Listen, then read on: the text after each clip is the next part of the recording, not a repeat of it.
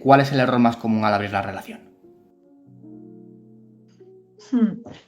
El error más común en muchos casos es que hay un problema ya en la relación, entonces cuando se abre hay realmente muchos más baches que enfrentar y realmente no hay un deseo genuino. ¿El porno educa o distorsiona la forma en la que entendemos el placer?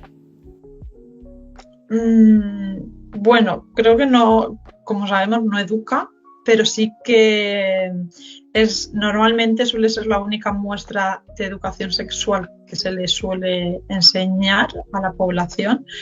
Y sí que creo que genera como una distorsión sobre la sexualidad y la erótica, porque la anticipación al placer genera mayor placer. Por ejemplo, si una persona con la que estás o tienes una relación te comenta lo que le gustaría realizar contigo a nivel sexual o erótico, ya sea en ese momento más adelante, la pura anticipación nos genera...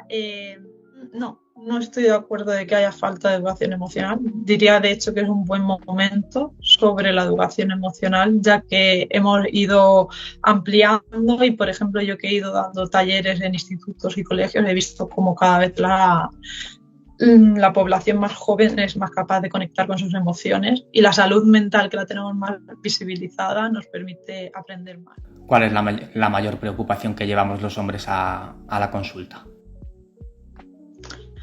La culpa principalmente y también el hecho de no sentir como que están dando placer a la otra persona, como mucha responsabilidad y como intentar soltar, bueno, en el proceso. A veces se vive hacia afuera, se cumplen expectativas, se siguen ritmos que no nacen desde dentro, se adoptan versiones que encajan, pero no representan, y entonces aparece una pregunta inevitable. ¿Quién soy cuando dejo de interpretar? Encontrarse no es algo inmediato, es un proceso incómodo, honesto y necesario. Implica parar, mirar hacia adentro y escuchar lo que normalmente se silencia. Pero es ahí donde surge esa chispa, la sensación de estar en coherencia, de sentirse en paz sin necesidad de encajar. Hablamos con alguien que ha recorrido ese camino, una conversación sobre identidad, autenticidad y el proceso de volver a uno mismo. Hoy entra a El Confesionario de Sex Players, la chispa interior.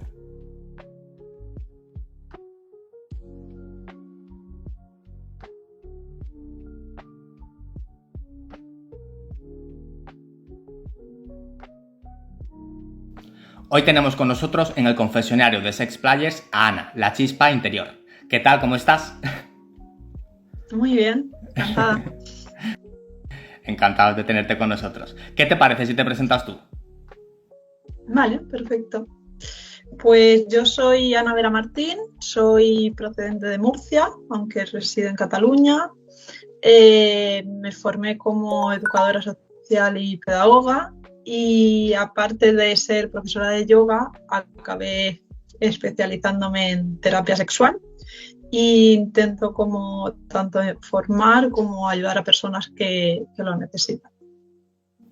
Mira, la entrevista se divide en dos partes, un bloque de preguntas y una parte de minijuegos. ¿Empezamos? Sí. Antes de entrar en temas de relaciones, deseo o placer, queremos conocer a la persona que hay detrás del proyecto, tu historia, tu mirada y aquello que te hace única. ¿Qué te motivó a crear la chispa interior y qué significado tiene personal ese nombre para ti?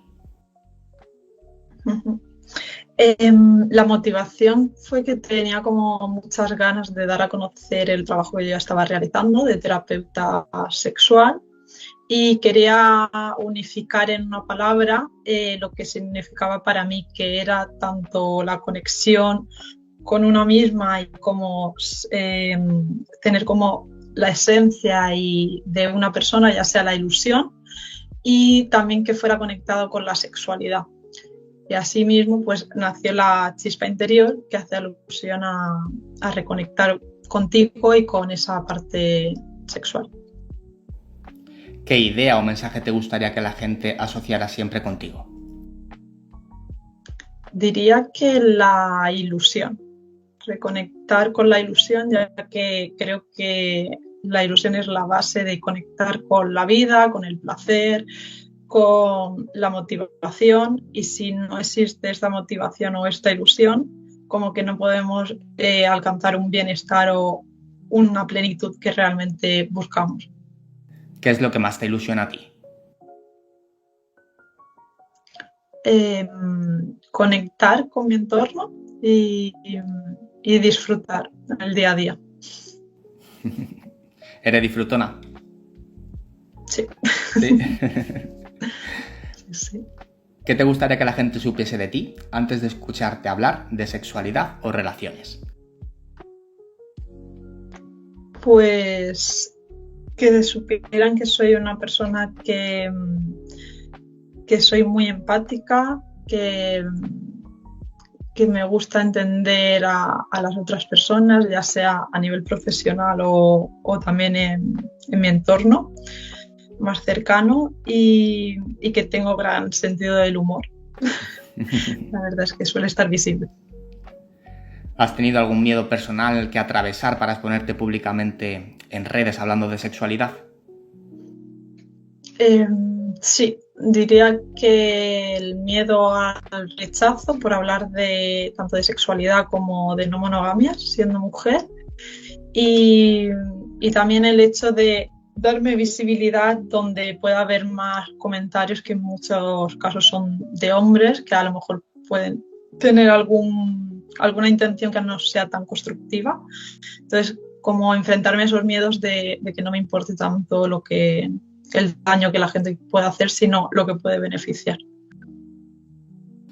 ¿Cuál fue el primer momento en tu vida en el que te diste cuenta de que querías dedicarte a acompañar a otras personas?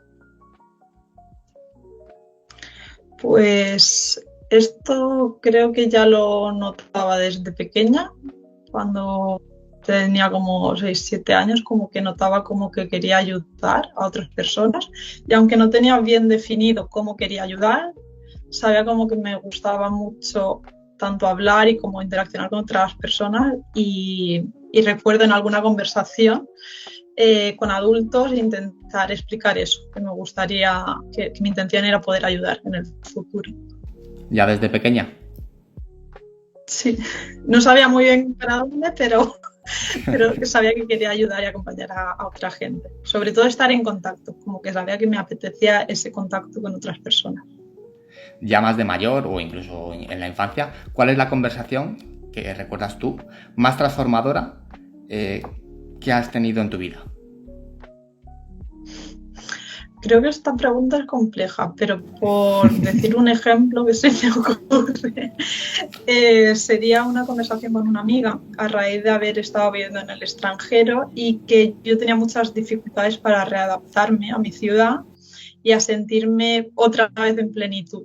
Y como que en esta conversación esta persona me llegó a decir que realmente si yo había sido capaz de enfrentarme a tantos miedos y a tantos contextos diferentes, seguramente era capaz de readaptarme, y la verdad es que me hizo como cambiar mi actitud y la situación que yo estaba viviendo. Y a nivel humano, a nivel personal, ¿qué te ha enseñado a acompañar a otras personas en su intimidad? ¿Qué me ha enseñado? ¿A qué te refieres? ¿Qué has aprendido de acompañar a otras personas en su intimidad, como terapeuta o en su sexualidad? Vale. ¿Qué te ha enseñado? ¿Qué has pues, aprendido? he aprendido una de las cosas, que no hay que tener tantos prejuicios o ideas preconcebidas, porque, por ejemplo, antes de comenzar a realizar terapia, mi idea era que normalmente eran más las mujeres las que se trabajaban a nivel terapéutico, y me sorprendí gratamente al ver que la mayoría de personas que asisten a hacer terapia conmigo son hombres y tienen mucho trabajo emocional hecho y están como deseando aprender. Entonces diría que pues soltar esos prejuicios, o sea, ideas preconcebidas. ¿Cuál es la mayor preocupación que llevamos los hombres a la consulta? La culpa, principalmente, y también el hecho de no sentir como que están dando placer a la otra persona, como mucha responsabilidad. y como intentar soltar, bueno, en el proceso terapéutico se le intenta soltar esa responsabilidad y conectar más con su necesidad y que haya un equilibrio, que no sea tanto la culpa. ¿Con qué sienten culpa? Sienten culpa con no sentirse suficientes o, por ejemplo, sentir a lo mejor incluso más deseo sexual que su pareja. Es como bastante frecuente. ¿Mayormente, por tu experiencia, en parejas heterosexuales o también homosexuales? En terapia lo he visto sobre todo más en parejas heterosexuales. Que hay mayor descompensación a la hora del deseo, que el hombre se siente más responsable de dar placer. Suele haber descompensación y sobre todo como que hay bastante carga de culpa y de intentar satisfacer a la otra persona, pero buscando como ese equilibrio de satisfacer, pero al mismo tiempo estar en paz con el deseo propio. Entonces es bastante complejo.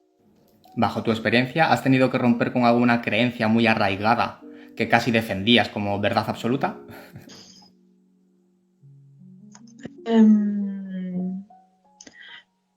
Bueno, diría realmente lo que te había comentado anteriormente, que consideraba que los hombres no tenían tanto trabajo personal ni que querían aprender tanto a nivel de sexualidad y por el contrario no era así, sino todo lo contrario, que estaban deseando. ¿Qué pregunta te gustaría que te hicieran alguna vez, pero nadie se atreve?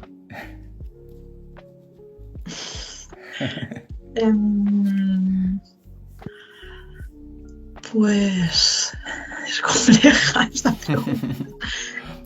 ¿O hay alguna pregunta que, por ejemplo, tú nunca te atrevas a hacer?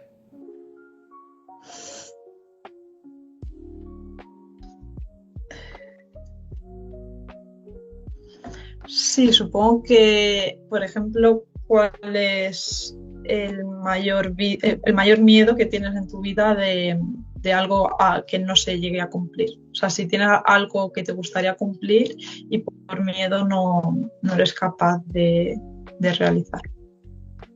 Porque creo que muchas veces como que vivimos en una vida que está como muy estipulada lo que se debe hacer y como que tenemos como muchas cosas que nos gustaría realizar. ¿El qué? Que tenemos como unos patrones muy marcados. Bueno, me refería más como que la sociedad nos dice cómo deberíamos ser y normalmente como que hay muchas ilusiones o deseos que dejamos encajonados y que no nos permitimos ni experimentar ni averiguar realmente si eso es lo que deseamos. Vamos ahora a un tema del que hablas mucho y con muchísima claridad: las no monogamias éticas. No desde el morbo, sino desde lo emocional, lo práctico y lo humano. ¿Qué es lo más importante que debería entender alguien antes de plantearse una no monogamia ética? Pues en primer lugar, saber por qué motivo quieren entrar en una relación de no monogamia ética. Si es por una decisión propia, es decir, que desean eso, o realmente por una decisión a nivel intelectual, ya sea a nivel de valores o política, o si han sido influenciadas quizá incluso por su relación. Tener muy claro el motivo, porque cuando vayan a haber dudas o miedos o complicaciones, si sabemos realmente el pilar y ese es fuerte, será más fácil continuar. ¿Qué diferencia realmente una no monogamia ética de una relación simplemente desordenada? Pues una monogamia ética se consolida como en la comunicación, en la honestidad, en la complicidad, en unos acuerdos y una comunicación que no se da por sentada, sino que es profunda. Y en cambio, una relación que no es cuidada, generalmente se espera que se vaya haciendo sola sin cuestionarse qué necesitan, qué desean, qué ha cambiado y normalmente suele no haber, puede haber infidelidades. Vale. a la hora de abrir la relación, ¿cuál es el error más común al abrir la relación? El error más común en muchos casos es que hay un problema ya en la relación, entonces cuando se abre hay realmente muchos más baches que enfrentar y realmente no hay un deseo genuino de abrir la relación, sino que es intentar poner como parches. Entonces ese sería como uno de los problemas y también la falta de comunicación. Hay muchas personas que deciden abrir la relación y no tenían una base sólida de cómo comunicarse o cómo expresar lo que necesitamos. Entonces ahí es mucho más complejo y no tiene mucho sentido. ¿Crees que vivimos un boom de la no monogamia o una falta de educación emocional real?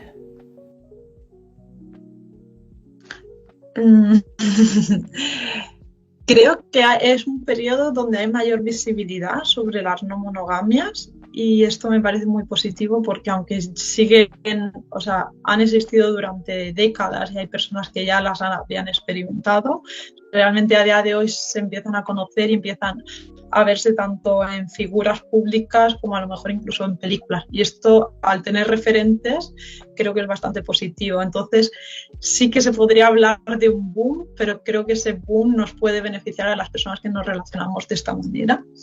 Y la otra, me has dicho si había un boom o sí. O falta de educación emocional.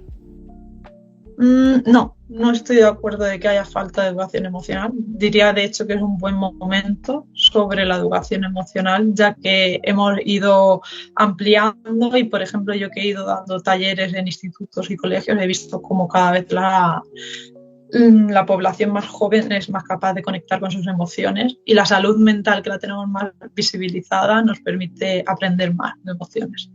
Entonces, diría más lo del boom. Sí. ¿Es verdad que la mayoría abre la relación para salvar algo que ya está roto? ¿O no? En muchos casos, sí. Creo que no se puede generalizar como en la mayoría de las situaciones, depende del contexto y cada caso, pero en muchos casos que sí que he atendido y he visto, sí que tiene relación, porque a día de hoy es como que tenemos bastante normalizado el hecho de abrir la relación y cuando se acaban los recursos en una relación porque hay muchos problemas o ya no hay capacidad de seguir adelante, una de las opciones que aparece es esta. Entonces es como bastante factible. ¿Qué señales claras indican que abrir la relación es una huida y no una elección consciente? Cuando no hay un deseo por las partes implicadas, es decir, si en este caso es una pareja, sí. Si una de las dos realmente no desea este tipo de relación, sino que está aceptando, pues ante una situación, ya sea que han pasado como una situación de a lo mejor de maternidad o de conflictos, y en este caso sí que podría ser más una huida porque hay una desconexión en la relación y se busca reconectar a raíz de esto, pero realmente es un error, porque si la relación no está unida, la relación abierta va a destruir más que unir. ¿Qué tipo de inseguridades suelen aparecer primero cuando alguien abre la relación? El miedo al abandono, principalmente. Sí, todo el mundo tiene ese y es como, da igual lo sólida incluso que sea esa relación, pero generalmente es el miedo principal de todas las relaciones que consideran que su pareja, por muy estable o que siempre haya estado ahí, el hecho de abrirla genera como más vulnerabilidad y miedo a ser rechazado o ser abandonado. ¿La no monogamia exige más madurez emocional que la monogamia o es otro mito? Me parece buena pregunta esta. Esta pregunta la veo algo subjetiva, porque creo que yo tengo una interpretación porque mi manera de relacionarme ha sido una, aunque históricamente también he tenido monogamia. Entonces, lo que yo Claro, te puedo ver a pregunto raíz de bajo tu terapia, experiencia, bajo tu opinión, me refiero, claro, sí, una sí, opinión personal. claro, sí que veo que puede tener, ¿me la puedes repetir? Es que no estoy segura si te... Si la no monogamia exige más madurez emocional que la monogamia, ¿o es otro mito? Sí, vale. Sí, la no monogamia requiere Madurez mayor emocional. conciencia emocional, sí, madurez emocional, ya que si, por ejemplo, no sabes lo que necesitas o quieres, realmente puedes adentrarte en un tipo de relación donde pueden haber mayores problemas y puede ser una montaña rusa, porque hay como más exposición a los celos, a los miedos. Entonces, realmente una persona que no quiere conectar con sus emociones ni desarrollarse, tener un mayor crecimiento emocional, no le conviene adentrarse en las no monogamias éticas. Porque si lo que quiere es experimentar a nivel sexual, eso está muy bien, pero no son no monogamias éticas. En cambio, la monogamia de toda la vida, aunque a día de hoy sabemos que las personas tienen más conciencia emocional porque a nivel social esto se está popularizando y la salud mental está a la orden del día, podemos ver que no es tan indispensable porque hay un molde específico. En la monogamia, como el molde está hecho de cómo nos relacionamos, lo que se espera semanalmente, cómo vamos a convivir, qué se supone que tenemos que hacer si tenemos que irnos a las vacaciones conjuntamente. Hay conversaciones que generalmente en la monogamia no tienden a darse. Aunque puede ocurrir que haya relaciones que sí, pero en cambio en la no monogamia nada está escrito. Entonces, realmente las cosas se tienen que hablar y no se da nada por hecho. Por lo tanto, hay mayor profundidad y se requiere más conciencia emocional. En mi caso es lo que yo veo. En una relación monógama, digamos, ¿qué conversación incómoda debería tener toda pareja antes de abrir la relación? Pues sería qué expectativas tiene sobre la relación que le gustaría construir.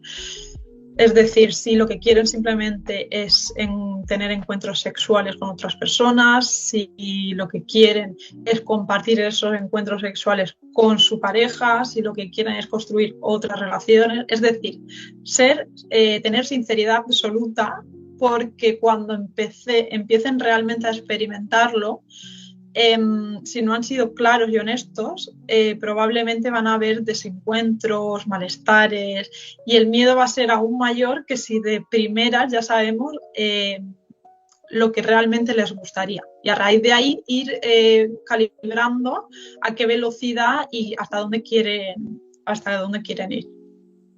La importancia de la comunicación en pareja, ¿no? Sí, indispensable. ¿Hay perfiles de personalidad que lo tienen más difícil en vínculos no monógamos? Sí.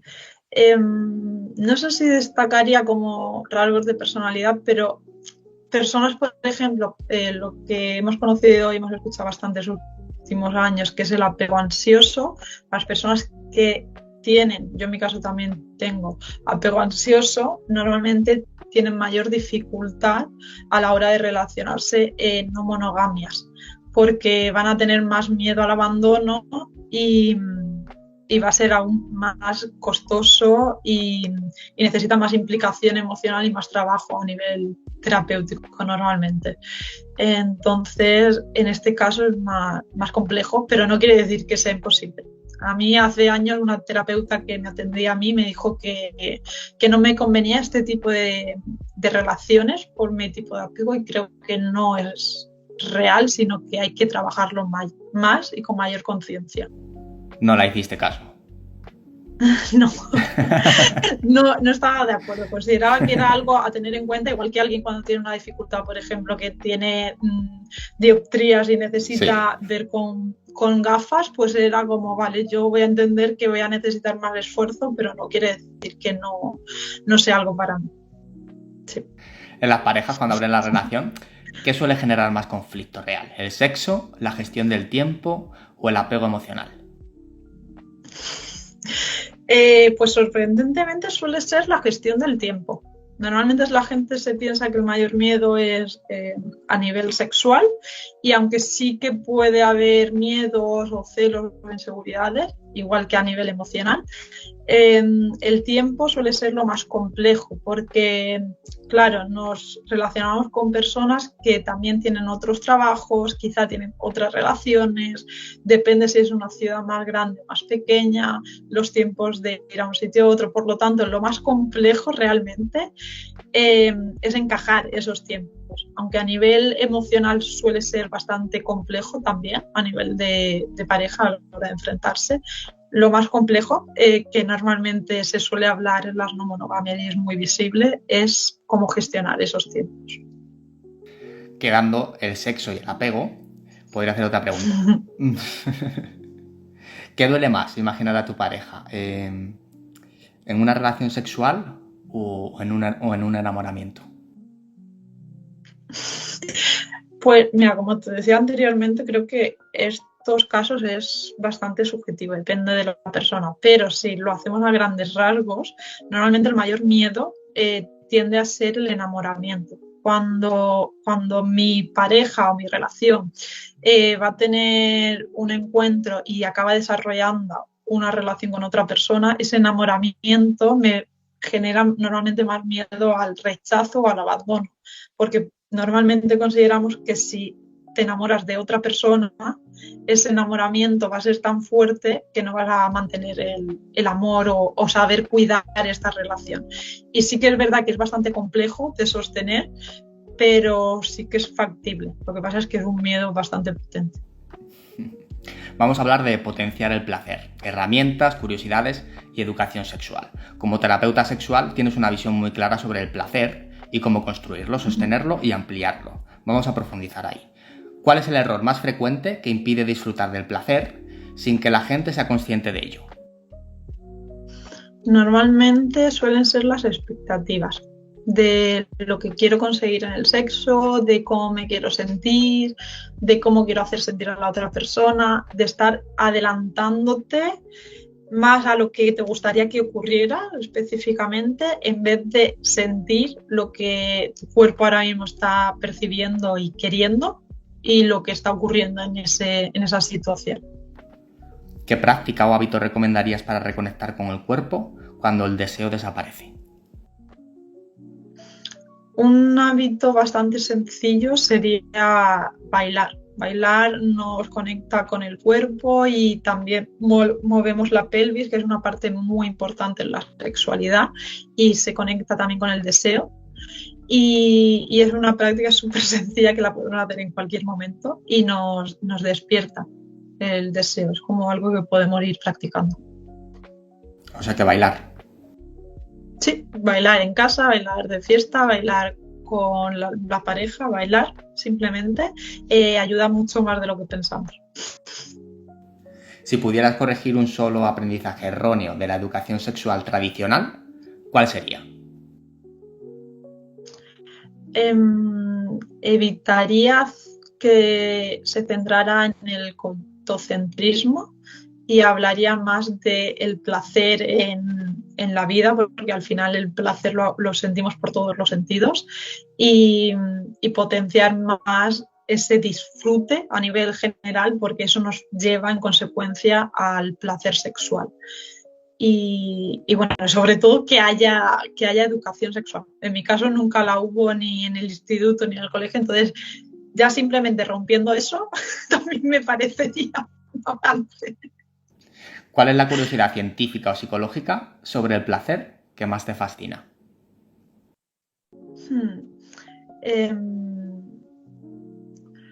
Pues diría que es la anticipación.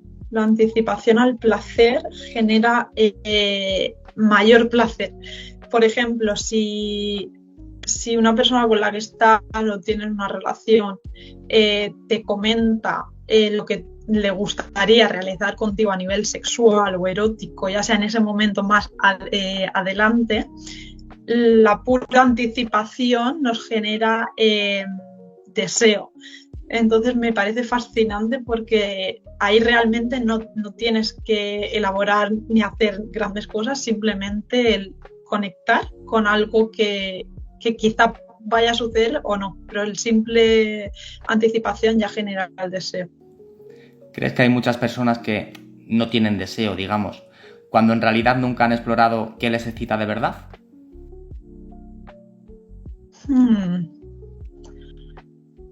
Wow.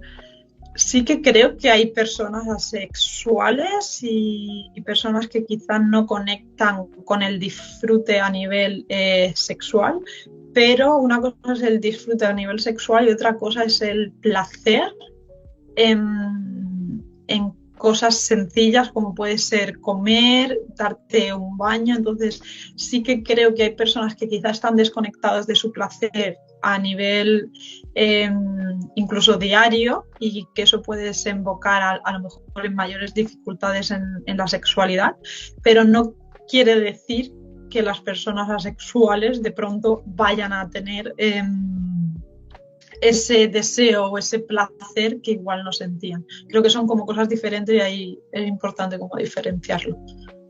¿La rutina mata el deseo o puede convertirse en un afrodisíaco si se usa bien?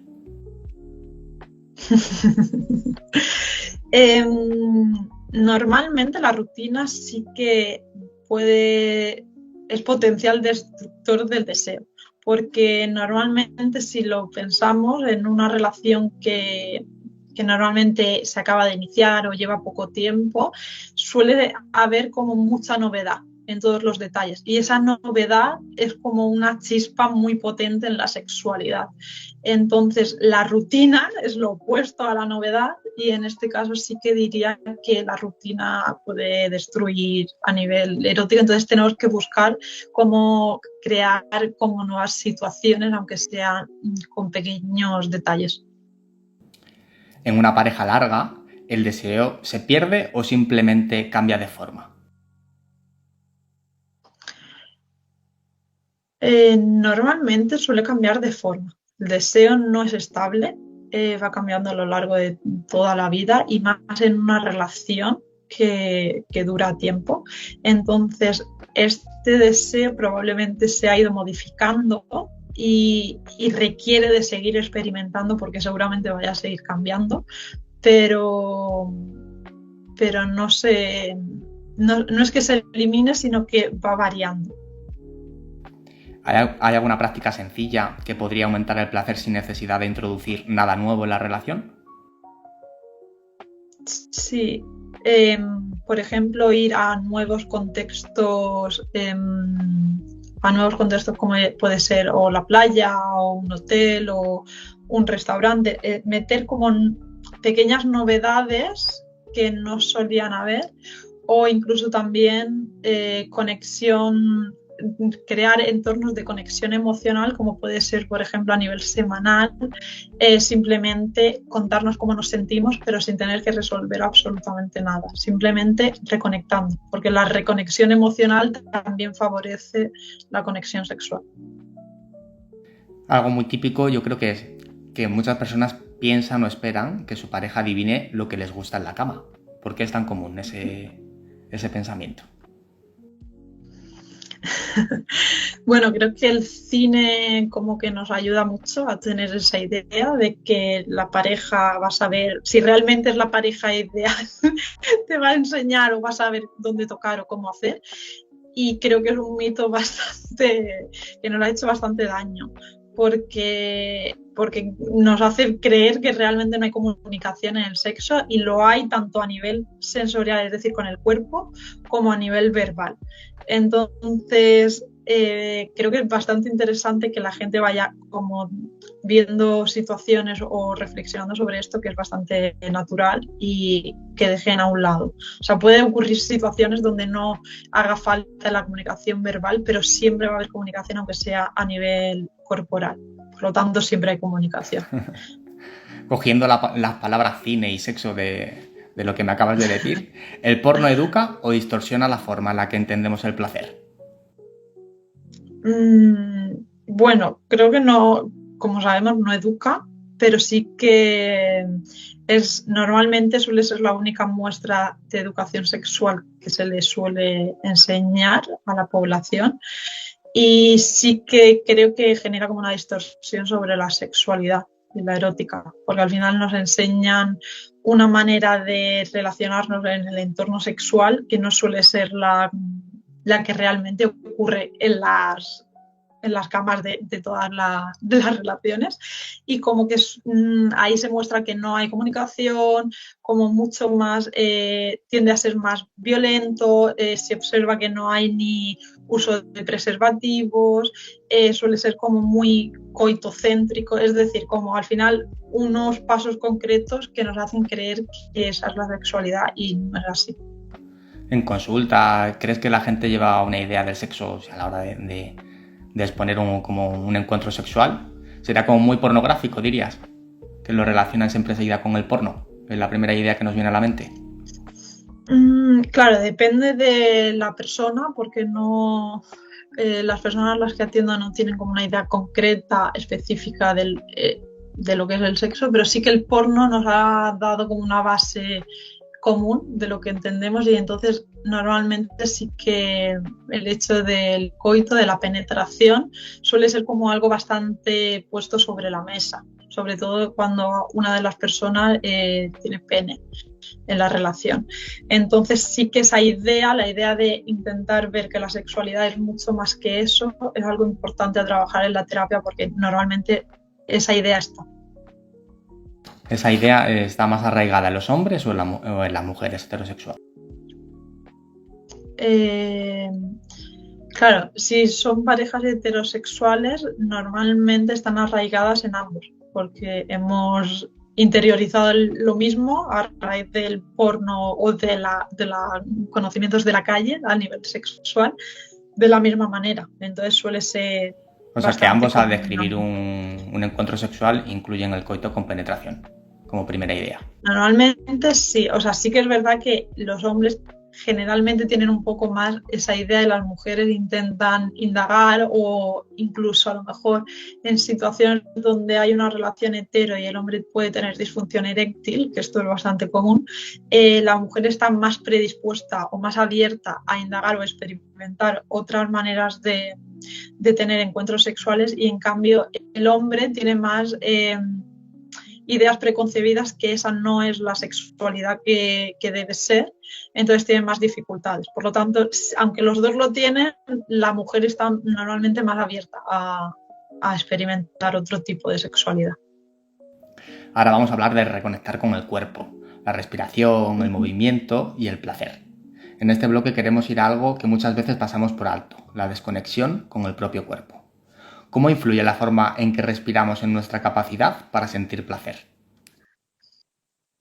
Bueno, la respiración es la base que se trabaja en terapia sexual para reconectar con el placer, ya que nuestra respiración normalmente nos lleva a, según cómo respiramos, podemos tener como mayor estrés o más estado de alarma. Por lo tanto, como vivimos en una sociedad donde vivimos ante el estrés, esa respiración nos potencia ese estrés y por lo tanto la calma, que sería una respiración más pausada, más relajada, más calmada, está más conectada con la sexualidad.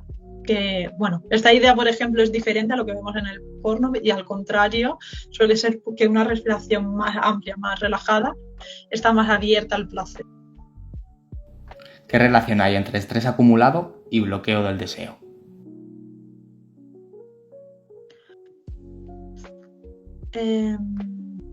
Bueno, estrés acumulado, normalmente la sociedad tiene ese estrés porque al final se va juntando un estrés con otro y la vida ajetreada pues les impide. Y bloqueo, me has dicho... Bloqueo del deseo.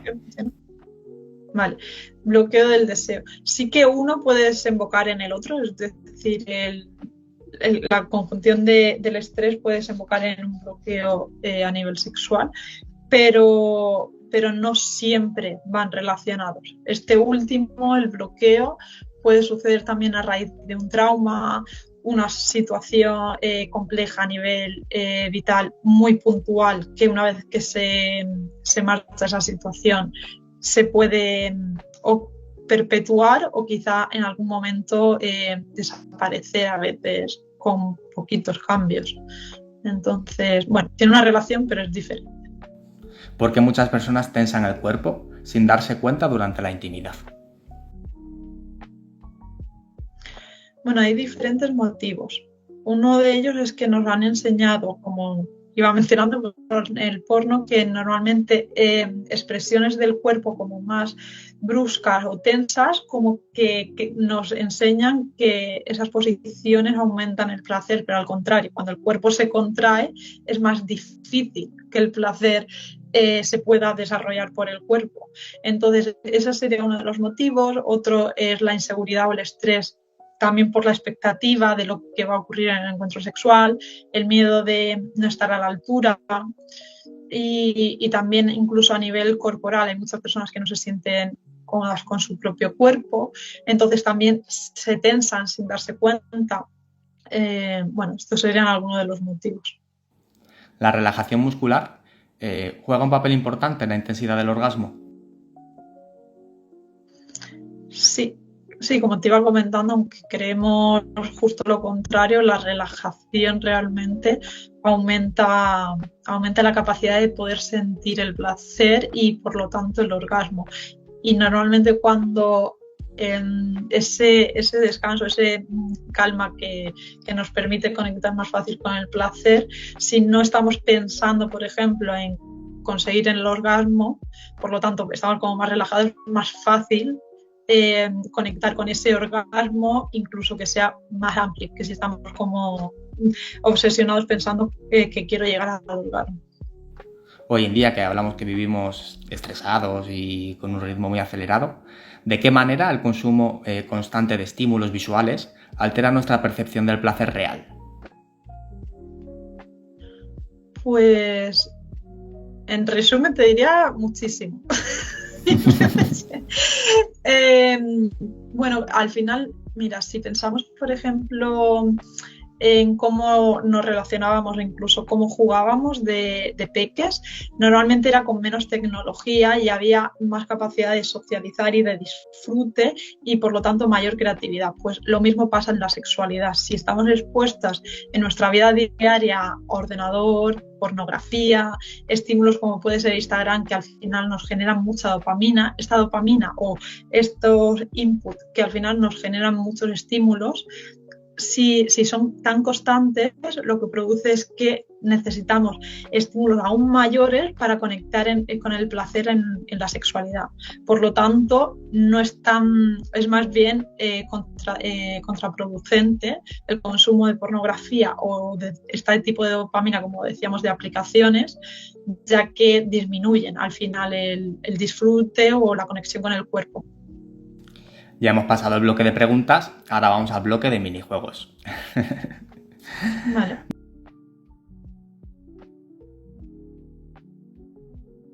Vamos a jugar a qué prefieres. Yo te propongo dos opciones y te tienes que quedar con una de ellas. No vale quedarse con los dos, tienes que mojarte. ¿Empezamos? Sí. ¿Beso lento o sexo rápido? Beso lento. ¿Celos gestionados o celos inexistentes? Celos gestionados. ¿Monogamia consciente o no monogamia ética? No monogamia ética. ¿Juegos sensoriales o prácticas más físicas? Juegos sensoriales. ¿Hamburguesa o pizza? Hamburguesa. ¿Fantasías habladas o fantasías actuadas? Fantasías habladas.